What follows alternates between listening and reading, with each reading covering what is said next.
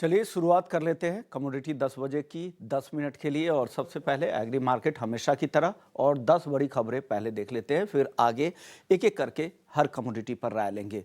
मसालों के साथ शुरुआत करेंगे। जीरा जहां पर 25,500 के आसपास कल हल्की तेजी यहां पे दिखी थी, लोअर लेवल पे थोड़ी खरीदारी भी आ रही है और अब ये एक तेजी के मूड में थोड़ा दिख रहा है, लेकिन एक रेंज ही कह सकते हैं, बड़ी तेजी तो अभी तक नहीं दिख रही है। धनिया कल दिन के दौरान अच्छी तेजी दिखी थी, 6,900 रुपए के ऊपर आखिर में बंद हुआ था। आज देखते हैं दिन के दौरान कैसा कारोबार धनिया में होता है। वहीं हल्दी 14,100 के आसपास है, यहाँ पर दायरे में कारोबार हो रहा है, क्योंकि जितने भी बड़े उत्पादक राज्य हैं वहां पर बुआई के जो नंबर है वो काफ़ी अच्छे आ रहे हैं। पिछले सीजन से करीब 25 से 40% तक अलग अलग राज्य में बुआई के आंकड़े हैं। देखते हैं किस तरह आगे की स्थिति बनती है। यहाँ से ग्वारगम और ग्वारसीड दोनों दायरे में कारोबार हो रहा है। 10,500 के ऊपर ग्वारगम और 5,350 रुपए के ऊपर ग्वारसीड का वायदा ट्रेड कर रहा है। अब ग्वारगम और ग्वारसीड के बाद आप बात करते हैं कैस्टर की, जहां पर हाजिर डिमांड कमजोर दिख रही है। कैस्टर का अक्टूबर का वायदा 6,200 रुपए के नीचे कारोबार कर रहा है।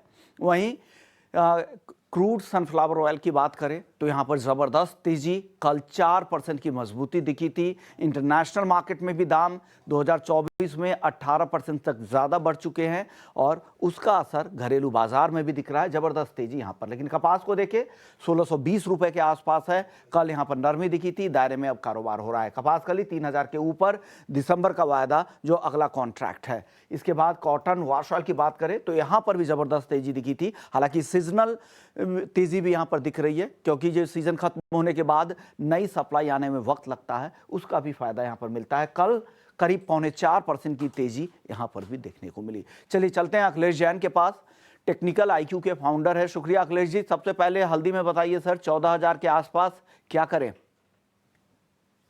देखिए, नमस्ते विश्वभर जी। नमस्ते सर। देखिए, मसालों में काफी मिला जुला ही अभी कारोबार लग रहा है मुझे, और आने वाले सत्रों में भी इसी तरह का मूवमेंट देखने को मिलना चाहिए। स्पेसिफिकली अगर धनिया की बात करें तो यहाँ पर एक बॉटम बाइंग लग रही है ट्रेडिंग के लिए। मुझे लगता है कि धनिया को आप लेके काम कर सकते हैं करंट मार्केट में भी, और अप टू 6750 तक इसका स्टॉप लॉस आप पेश कर सकते हैं, 6650 का। मुझे लगता है ग्रेजुअली भाव 7250 से लेकर 7300 तक की रेंज में आना चाहिए। बाकी जो दोनों स्पाइसेस है, हल्दी और जीरा, इनके अंदर एक साइडवेज मूवमेंट ही लग रहा है। हालांकि जो रेंज है थोड़ा ब्रॉडर है। मुझे लगता है कि 13,000 से 16,000 की एक रेंज हल्दी ने बना ली है, और आने वाले सत्रों में इसी रेंज में हम हल्दी के वायदे को देखेंगे। वहीं जीरा मुझे लगता है 22,500 से लेकर 26,400 एक ये बॉर्डर रेंज में ही ट्रेड कराएगा। दोनों ही जो ट्रेड है वो काफी ज्यादा म्यूटेड लग रहे हैं, तो यहाँ पर ज्यादा संभावना नहीं है ट्रेड को लेकर। खासली ऊपरी और निचले स्तरों पर जब प्राइसेस आते हैं तो उस रेफरेंस से आप काम कर सकते हैं, बट स्पेसिफिकली धनिया को यहाँ पे लेके काम किया जा सकता है। अब जी। चलिए ग्वारसीड ग्वारगम के बारे में अखिलेश जी बताइए, क्या लग रहा है यहाँ पर? हालांकि अनसर्टेनिटी काफी ज्यादा है, आप राजस्थान से आते भी है, क्या खबर है ग्राउंड से उत्पादन को लेकर? कोई स्थिति साफ हो रही है? किस तरह की फसल की स्थिति है? और टेक्निकली भाव के बारे में भी बताइए। देखिए, एज सच फंडामेंटली इतना नहीं लग रहा, मतलब म्यूटेड ही लग रहा है, और वहीं चार्ट्स पे भी चीजें म्यूटेड ही लग रही है। बट मुझे लगता है कि एक सिग्निफिकेंट करेक्शन के बाद भाव अपने सपोर्ट लेवल्स के आसपास आए हैं, और अगर कोई ट्रेड को इनिशिएट करना का मन है तो वहां पे बाइंग का ही मन बना के काम कर सकते हैं आप। गम और गंवार दोनों में ही आप करंट भाव में, और अप टू गम की बात करें स्पेसिफिकली तो 10,300 तक आप बाय कर सकते हैं। 10,050 के इसमें स्टॉप लॉस प्लेस करें। 10,800 से लेकर 11,300 एक मुझे लगता है कि पॉसिबिलिटी यहाँ पे चार्ट्स पे बन रही है। वहीं पे गंवार सीड में भी आप मार्केट से लेकर अप टू 5280 तक आप बाय करके काम करें। मुझे लगता है कि इसके भाव भी 5575 तक आ सकते हैं। इस ट्रेड के लिए आप 5225 के नीचे के स्टॉप लॉस प्लेस कर सकते हैं। यानी यहां से आपको जी। थोड़ी तेजी लग रही है, 5,575 के टारगेट के लिए ग्वार सीड खरीद सकते हैं। कपास खली के बारे में बताइए सर, अगला कॉन्ट्रैक्ट जो एक्टिव कॉन्ट्रैक्ट है दिसंबर का 3,000 के ऊपर जा चुका है। हालांकि सीजनल तेजी भी रहती है इस कॉन्ट्रैक्ट में, और साथ ही नई लिस्टिंग जो कॉटन वॉश ऑयल था वहां पर भी अच्छी तेजी, कल 4.25% की तेजी दिखी। आगे क्या लग रहा है इन दोनों में?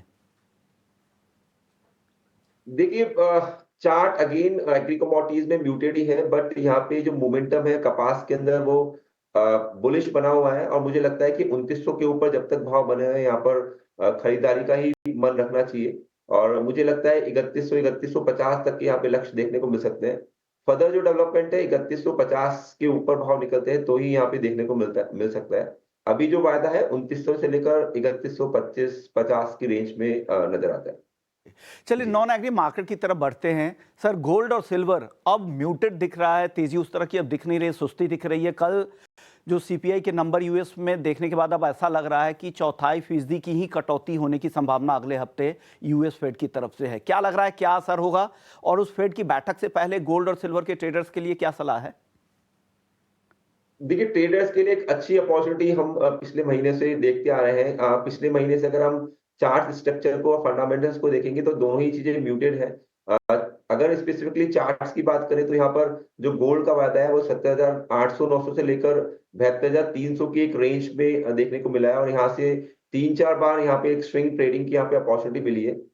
हालाँकि इसका जो मोमेंटम है वो अभी भी प्लस है, बट कहीं न कहीं 72,300 के आसपास रेजिस्टेंस फील करता है। वहीं कॉमेक्स में ये 2530-31 के आसपास एक रेजिस्टेंस फेस करता है। तो बिकॉज़ अभी मुझे लगता है कि भाव बिल्कुल रेजिस्टेंस लेवल्स के आसपास है, तो स्पेसिफिकली गोल्ड के अंदर आप सेल करके काम कर सकते हैं। 72,100 के आसपास भाव मिलते हैं, तो यहाँ पे आज इंट्राडे के लिए सेल करें। 72,275 का स्ट्रिक्ट स्टॉप लॉस आप प्लेस करें। ये मुझे लगता है ट्रेडिंग के लिए 71,875 और 71,625 तक के लक्ष्य देखने को मिल सकते हैं। यहाँ पे एक डिस्क्लेमर रहेगा कि अगर भाव 72,275 के ऊपर निकलते हैं, तो यहाँ पर एक शार्प अपसाइड रैली जी देखने जी। को मिल सकती है, जो प्राइसेस को 73 तक लेके जा सकती है। तो स्टॉप लॉस का इस ट्रेड के अंदर ओके, खासा बिल्कुल ध्यान रखें। Noted sir. 72,275 के स्टॉप लॉस का ध्यान रखना है। अगर वो क्रॉस कर जाए तो अपने सेल पोजीशन से बने रहे, से निकल जाए, अदरवाइज आप सेल पोजीशन को कैरी कर सकते हैं। शुक्रिया, आपने वक्त निकाला और हमें नॉन एग्री और एग्री मार्केट की पूरी राय दी।